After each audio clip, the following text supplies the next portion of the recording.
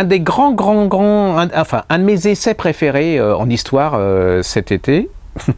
Je rectifie, je suis hyper épuisé. Hein. Je veux dire, cet hiver, c'est Les Secrets du Kremlin, 1917-2017, de Bernard Lecomte chez Perrin.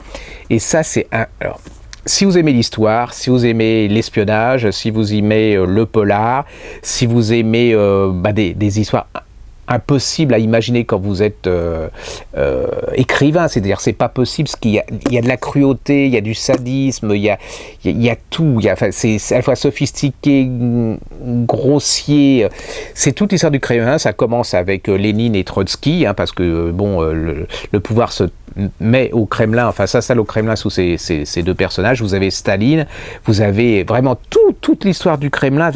Pourquoi, comment a été décidé, comment s'est fait la mort de Trotsky, par exemple.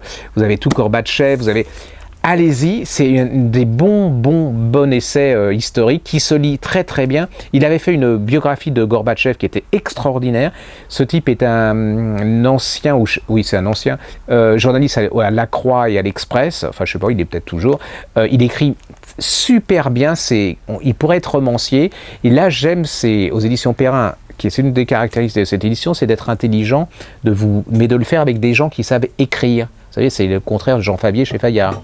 Jean Favier, au bout de 10 lignes, c'est un mec hyper brillant, mais au bout de 10 lignes, vous êtes mort d'ennui, et c'est tout juste si vous endormez pas à la 14e page. Alors que vous savez que c'est un énorme historien. Mais bon, il faudrait qu'on lui réécrive, il faudrait que Paolo Coelho, il lui écrive un peu. Voilà, non, je dis, c'est une méchanceté ce que je viens de dire, en plus c'est stupide.